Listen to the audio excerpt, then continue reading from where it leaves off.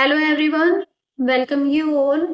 आज का जो हमारा एमएससी का टॉपिक है वो है ऑर्गेनो कैडमियम कंपाउंड्स। आज के इस वीडियो लेक्चर के अंदर हम डिस्कस करेंगे ऑर्गेनो कैडमियम कंपाउंड्स के बारे में और इससे रिलेटेड हम बात करेंगे इसके इंट्रोडक्शन एंड प्रॉपर्टीज की। साथ में हम देखेंगे प्रिपरेशन मेथड्स, केमिकल रिएक्शन और एप्लीकेशंस को। तो ये हमारे पास ऑर्गेनो कैडमियम कंपाउंड से रिलेटेड कुछ पॉइंट्स हैं जिसके बारे में हम आज के इस वीडियो के अंदर बात करने वाले हैं। तो चलिए शुरू करते हैं आज की हमारी वीडियो और देखते हैं हमारे पहले पॉइंट को। तो हमारा जो फर्स्ट पॉइंट है वो है introduction and properties of organo cadmium compounds. हमें यहाँ पर कुछ पॉइंट्स दिए गए हैं और इन पॉइंट्स के अंदर बताया हुआ है ऑर्गेनो कैडमियम कंपाउंड्स के बारे में। तो अब हम इन सभी पॉइंट को वन बाय वन करके डिस्कस करेंगे और जानेंगे ऑर्गेनो कैडमियम कंपाउंड्स के बारे में कि ये क्या होते हैं और कौन कौन सी प्रॉपर्टी शो करते हैं। तो हमारा यहाँ पर आता है फर्स्ट पॉइंट और फर्स्ट पॉइंट के अंदर बोला गया है कि ऐसे ऑर्गेनोमेटेलिक कंपाउंड जिसके अंदर आपको कार्बन और कैडमियम में केमिकल बॉन्ड देखने को मिलता है, ऐसे ऑर्गेनोमेटेलिक कंपाउंड को हम बोलते हैं ऑर्गेनो कैडमियम कंपाउंड। तो यहाँ पर आपको ऑर्गेनो कैडमियम कंपाउंड में कार्बन और कैडमियम के बीच में केमिकल बॉन्ड देखने को मिलेगा। ये आपको डायरेक्ट बॉन्ड देखने को मिलता है और ऐसे ऑर्गेनोमेटेलिक कंपाउंड को हम बोलते हैं ऑर्गेनो कैडमियम कंपाउंड्स। फिर इसके बाद में आता है हमारा सेकेंड पॉइंट। सेकेंड पॉइंट कहता है कि जो कैडमियम होता है वो जिंक और मरकरी के साथ में ग्रुप नंबर 12 को शेयर करता है, यानी कि ग्रुप नंबर 12 में आपको 3 तरीके के एलिमेंट देखने को मिलते हैं, जिंक, कैडमियम और मरकरी। तो अगर ये सेम ग्रुप से बिलोंग करते हैं तो इनकी जो कॉरेस्पॉन्डिंग केमिस्ट्रीज होती है उनके अंदर भी आपको कुछ सिमिलरिटीज देखने को मिलेगी, यानी कि जो इनकी कॉरेस्पॉन्डिंग केमिस्ट्री होती है वो भी आपको कुछ कॉमन ही देखने को मिलती है। फिर बात आती है हमारे थर्ड पॉइंट की। थर्ड पॉइंट में बोला गया है कि जो ऑर्गेनो कैडमियम होते हैं वो सेंसिटिव होते हैं एयर, लाइट और मॉइस्चर के प्रति, यानी कि जितने भी ऑर्गेनो कैडमियम कंपाउंड होते हैं वो आपको एयर, लाइट और मॉइस्चर इन तीनों के प्रति सेंसिटिविटी शो करते हुए दिखाई देंगे। फिर बात आती है हमारे फोर्थ पॉइंट की। फोर्थ पॉइंट कहता है कि जो ऑर्गेनो कैडमियम कंपाउंड होते हैं वो लेस न्यूक्लियोफिलिक होते हैं और लेस रिएक्टिव होते हैं देन ऑर्गेनो जिंक्स। तो इस पॉइंट में हम कंपैरिजन कर रहे हैं ऑर्गेनो जिंक और ऑर्गेनो कैडमियम कंपाउंड का, जिसके अंदर हमें देखने को मिलता है जो ऑर्गेनो जिंक कंपाउंड होते हैं वो ज्यादा रिएक्टिव होते हैं, ज्यादा न्यूक्लियोफिलिक होते हैं, इसी वजह से वो क्या करते हैं, जल्दी से रिएक्शन शो करते हैं as compare to organo cadmium compound. वहीं जो ऑर्गेनो कैडमियम कंपाउंड होते हैं अगर हम इनका कंपैरिजन करते हैं ऑर्गेनो जिंक के साथ में तो इनसे ये लेस न्यूक्लियोफिलिक होते हैं और लेस न्यूक्लियोफिलिक होने की वजह से क्या होता है, ये लेस रिएक्टिव भी होते हैं।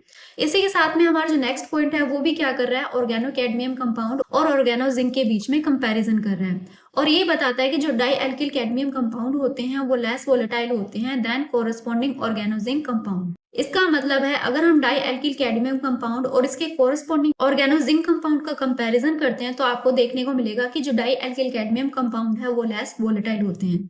तो हम इन दोनों पॉइंट से ये कंक्लूजन निकाल सकते हैं कि जो ऑर्गेनो जिंक कंपाउंड होते हैं वो ज्यादा न्यूक्लियोफिलिक होते हैं, ज्यादा रिएक्टिव होते हैं और ज्यादा वोलेटाइल होते हैं as compare to organo cadmium compounds.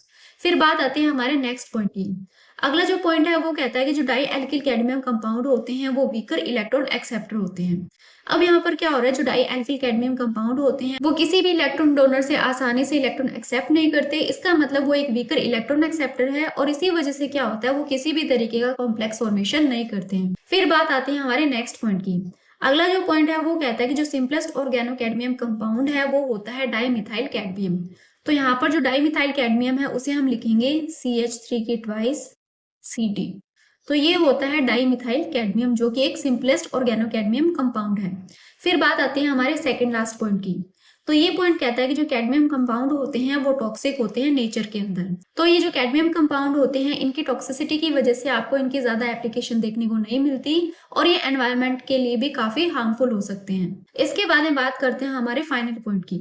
तो हमारा जो लास्ट पॉइंट है वो कहता है कि जो डाईमिथाइल कैडमियम होता है वो टॉक्सिक होता है किडनी, लीवर और सेंट्रल नर्व सिस्टम के प्रति। इसी के साथ अगर इसे इनहेल कर लिया जाए तो ये क्या होता है, रेस्पिरेटरी ऑर्गन को भी नुकसान पहुंचा सकता है। तो ये हमारे कुछ पॉइंट्स होते हैं ऑर्गेनो कैडमियम कंपाउंड को लेकर, जिनसे हमें काफी कुछ जानने को मिलता है ऑर्गेनो कैडमियम कंपाउंड्स के बारे में। इसके बाद में डिस्कस करते हैं हमारे नेक्स्ट पॉइंट को। तो अगला जो पॉइंट है वो है प्रिपरेशन मेथड। यहाँ पर हमारा सेकंड पॉइंट आता है preparation method of organo cadmium compound. अब हम यहाँ पर देखने वाले हैं कि ऐसे कौन कौन से मेथड्स हैं जिनसे हम ऑर्गेनो कैडमियम कंपाउंड का प्रिपरेशन कर सकते हैं। तो यहाँ पर हमारा फर्स्ट मेथड आता है जिसमें बोला गया है जो कैडमियम होता है वो लेस रिएक्टिव होता है टुवर्ड ऑर्गेनिक हैलाइड, यानी कि जो कैडमियम है वो लेस रिएक्टिव होता है ऑर्गेनिक हैलाइड के प्रति, इसलिए आपको इसका जो डायरेक्ट सिंथेसिस है वो कम ही देखने को मिलता है। लेकिन यहाँ पर बोला गया है कि जो एल्किल, बेंजील और एरिल हैलाइड है वो हाईली रिएक्टिव कैडमियम के साथ में रिएक्शन करते हैं और फॉर्मेशन करते हैं डाई एल्किल कैडमियम का। तो यहाँ पर हमें दो बातें बोली गई है। तो पहला पॉइंट हमें ये कहा गया है कि जो कैडमियम होता है वो लेस रिएक्टिव होता है टुवर्ड ऑर्गेनिक हैलाइड, जिससे आपको इसका जो डायरेक्ट सिंथेसिस है वो कम ही देखने को मिलता है। वहीं क्या होता है जो एल्किल, बेंजील और एरिल हैलाइड है वो रिएक्शन करते हैं हाईली रिएक्टिव कैडमियम के साथ में और फॉर्मेशन करते हैं डाई एल्किल कैडमियम का। तो अब यहाँ पर जो हाईली रिएक्टिव कैडमियम है इसका फॉर्मेशन कैसे होता है? तो ये जो हाईली रिएक्टिव कैडमियम मेटल है ये जनरेट होता है रिडक्शन ऑफ कैडमियम सोल्ट से, यानी कि जब हम कैडमियम सोल्ट का रिडक्शन करवाते हैं तो उससे हमें हाईली रिएक्टिव कैडमियम मेटल देखने को मिलता है। और ये जो हाईली रिएक्टिव कैडमियम मेटल है ये जाकर रिएक्शन करता है एल्किल, बेंजील और एरिल हैलाइड के साथ में, जिसके बाद में हमें डाई एल्किल कैडमियम देखने को मिलता है एज अ प्रोडक्ट। तो ये होता है हमारा फर्स्ट प्रिपरेशन मेथड। तो अब हम इस प्रिपरेशन मेथड की रिएक्शन भी देख लेते हैं। यहाँ पर हम सबसे पहले लेते हैं एरिल हैलाइड को। तो एरिल हैलाइड की स्ट्रक्चर हम ऐसे बनाएंगे, यहाँ पर आएगा CH2Br और इसकी हम रिएक्शन करवाएंगे कैडमियम के साथ में। और ये जो कैडमियम है ये एक हाईली रिएक्टिव कैडमियम मेटल है। जब ये रिएक्शन करता है एरिल हैलाइड के साथ में तो ये फॉर्मेशन करता है कुछ ऐसे कंपाउंड का, जिसके अंदर आपको यहाँ पर देखने को मिलेगा CH2CdBr। तो ये बन जाता है हमारा ऑर्गेनो कैडमियम कंपाउंड। तो हमने यहाँ पर क्या किया था, हमने यहाँ पर एरिल हैलाइड की रिएक्शन करवाई थी हाईली रिएक्टिव कैडमियम मेटल के साथ में, जिससे कि हमें ऑर्गेनो कैडमियम कंपाउंड का फॉर्मेशन होते हुए दिखाई देते हैं। इसके बाद हम बात करते हैं हमारे नेक्स्ट प्रिपरेशन मेथड की। अगला जो प्रिपरेशन मेथड है उसके अंदर हम क्या करते हैं, हम यहाँ पर लेते हैं कैडमियम हैलाइड और इसकी हम रिएक्शन करवाते हैं ग्रिग्नार्ड रिएजेंट के साथ में, या फिर हम इसकी रिएक्शन करवा सकते हैं ऑर्गेनोलिथियम कंपाउंड के साथ में। तो दोनों में से हम किसी भी रिएजेंट के साथ में रिएक्शन करवाएंगे कैडमियम हैलाइड की, तो वहां पर हमें ऑर्गेनो कैडमियम कंपाउंड का फॉर्मेशन देखने को मिलता है। तो अब हम यहाँ पर पहले इसके जनरल रिएक्शन लिख लेते हैं। हमारे पास है कैडमियम हैलाइड, तो इसे हम रिप्रेजेंट करते हैं CdX2 से, और इसकी हम एक बार रिएक्शन करवाएंगे ग्रिग्नार्ड रिएजेंट के साथ में। तो यहाँ पर हम लिखते हैं 2RMgX। तो ये हो जाता है हमारा ग्रिग्नार्ड रिएजेंट। तो जब कैडमियम हैलाइड रिएक्शन करता है ग्रिग्नार्ड रिएजेंट के साथ में तो ये फॉर्मेशन करता है R2CD प्लस MgX2 का। तो यहाँ पर ये जो डाई एल्काइल कैडमियम है ये एक ऑर्गेनो कैडमियम कंपाउंड होता है। तो यहाँ पर हमने देखा कि कैसे हम ग्रिग्नार्ड रिएजेंट का यूज करते हुए ऑर्गेनो कैडमियम कंपाउंड का फॉर्मेशन कर सकते हैं। सेम ऐसे ही रिएक्शन आपको देखने को मिलती है ऑर्गेनोलिथियम कंपाउंड के साथ में। तो हम यहाँ पर लिखते हैं CdX2 और इस बार हम इसकी रिएक्शन करवाएंगे ऑर्गेनोलिथियम के साथ में। तो यहाँ पर हम लिखते हैं 2RLi।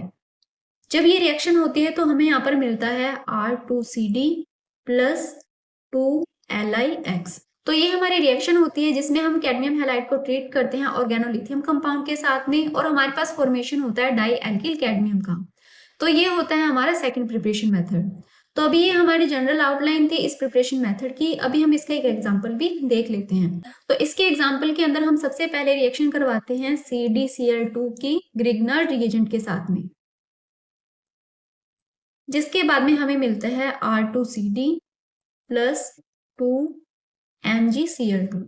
तो ये होती है हमारी पहली रिएक्शन जिसके अंदर हमने कैडमियम क्लोराइड को ट्रीट किया है ग्रिग्नार्ड रिएजेंट के साथ में और फॉर्मेशन होता है डाई एल्किल कैडमियम का।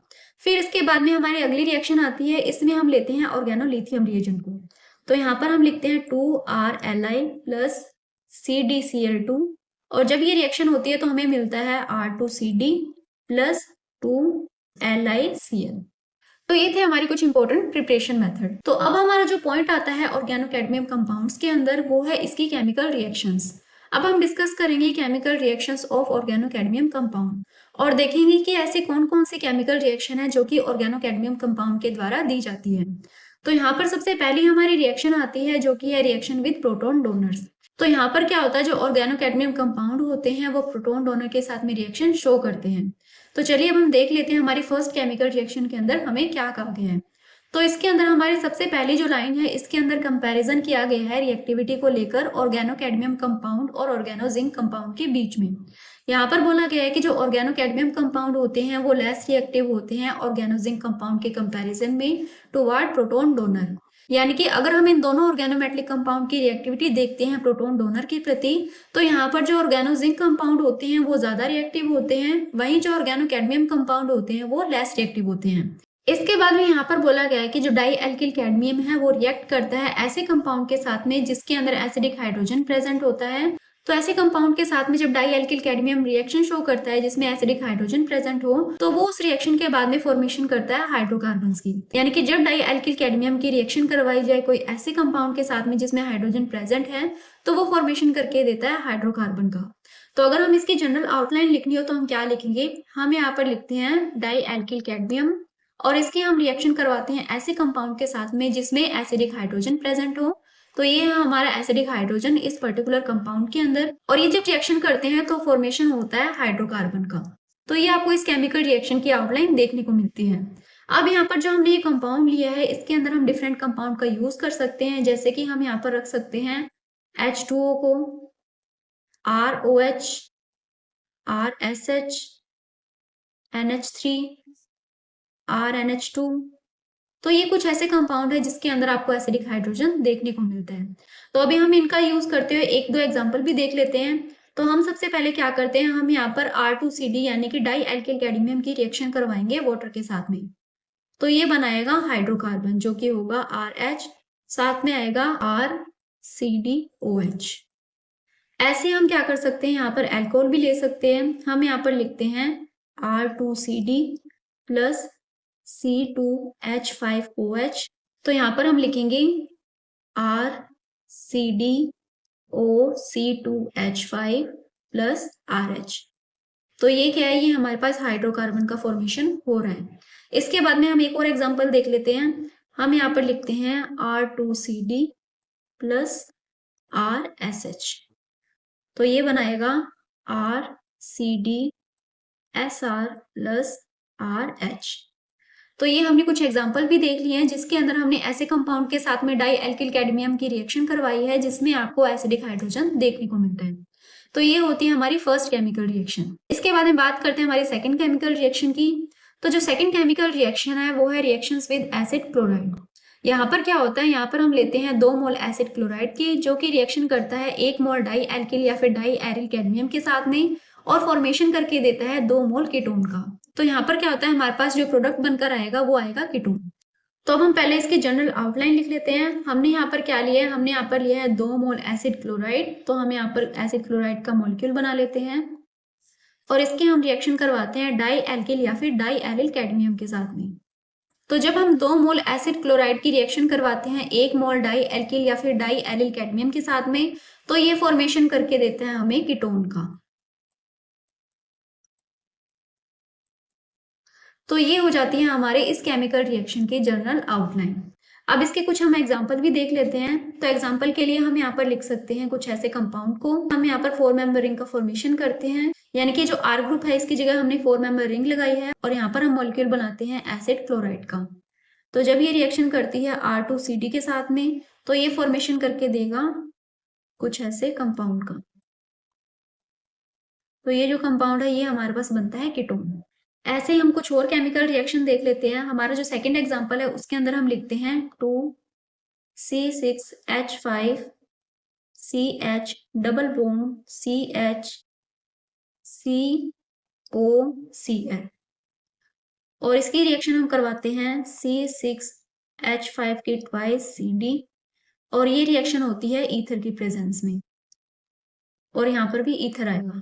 तो अब इसके बाद में हमारा जो प्रोडक्ट बनता है वो है 2C6H5 CH double bond CH C double bond O C6H5 plus CdCl2। तो ये हमारा सेकंड एग्जांपल हो जाता है इस केमिकल रिएक्शन का। इसके बाद में हम बात करते हैं हमारे अगली केमिकल रिएक्शन की। तो जो अगली केमिकल रिएक्शन है वो है रिएक्शन विद एसिड एनहाइड्रेट। अब हम क्या करेंगे, यहाँ पर ऑर्गेनो कैडमियम कंपाउंड को रिएक्शन करवाएंगे एसिड एनहाइड्रेट के साथ में, जिसके बाद में हम देखते हैं कि क्या प्रोडक्ट हमें देखने को मिलता है। तो यहाँ पर इस केमिकल रिएक्शन में बोला गया है कि जो रिएक्शन होती है ऑर्गेनो कैडमियम कंपाउंड की with acid with acyclic anhydride, वो आपको कुछ पर्टिकुलरली यूजफुल देखने को नहीं मिलती है। लेकिन अगर हम इसकी रिएक्शन करवाते हैं साइक्लिक एनहाइड्राइड के साथ में, तो इसकी आपको काफी अच्छी रेट देखने को मिलती है। तो यहाँ पर हमें क्या बोला गया है, हमें यहाँ पर बोला गया है कि जब हम ऑर्गेनो कैडमियम कंपाउंड को ट्रीट करते हैं एसाइक्लिक एनहाइड्राइड, तो वो आपको ज्यादा यूजफुल देखने को नहीं मिलता है। लेकिन जब हम इसे ट्रीट करते हैं साइक्लिक एनहाइड्राइड के साथ में, तो इसके अंदर आपको प्रोडक्ट की काफी अच्छी रेट देखने को मिलती है। फिर इसके बाद में बात की गई है इसके प्रोडक्ट की। तो यहाँ पर बोला गया है कि जो प्रोडक्ट का नेचर है वो डिपेंड करेगा अमाउंट ऑफ ऑर्गेनो कैडमियम पर, यानी कि हम यहाँ पर कितने अमाउंट के अंदर ऑर्गेनो कैडमियम कंपाउंड का यूज कर रहे हैं, उसके अमाउंट पर डिपेंड करता है प्रोडक्ट का नेचर। तो इसे हम एग्जाम्पल से समझते हैं। हमारे पास यहाँ पर हम बनाते हैं एनहाइड्राइड को, तो इसके हम स्ट्रक्चर बना लेते हैं।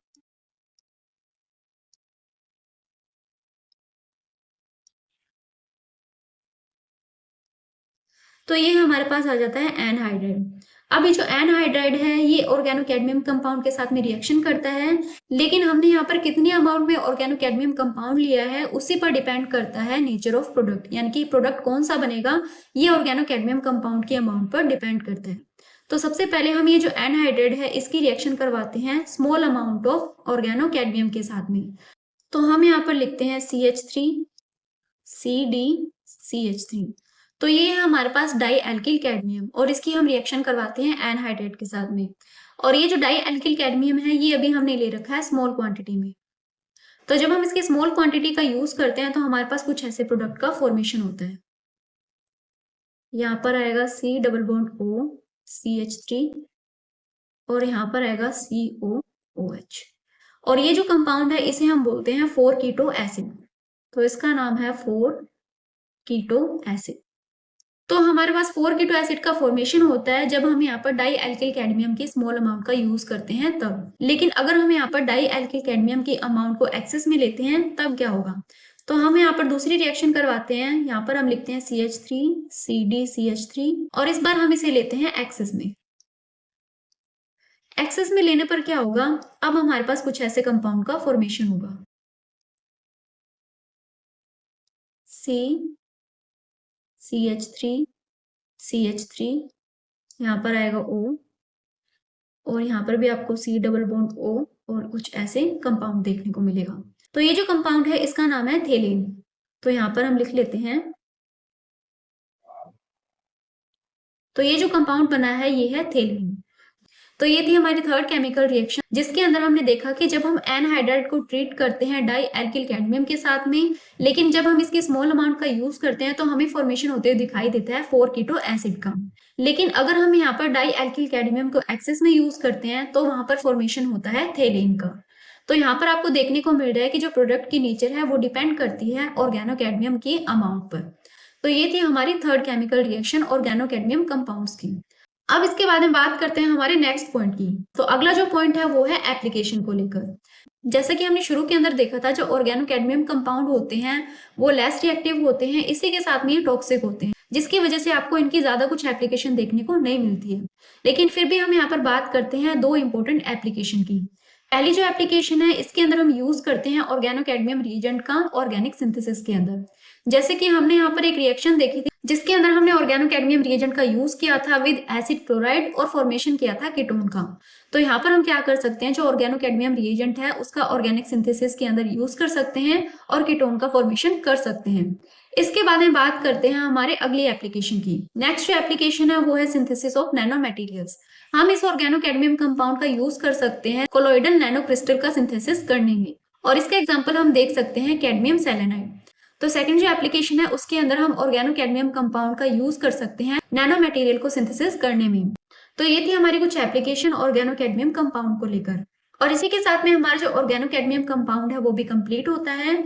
तो इस वीडियो के लिए इतना ही। आई होप आपको वीडियो अच्छा लगा होगा। अगर वीडियो अच्छा लगा तो चैनल को सब्सक्राइब करें, इसी के साथ में वीडियो को ज्यादा से ज्यादा शेयर करें और लाइक करें। Thank you.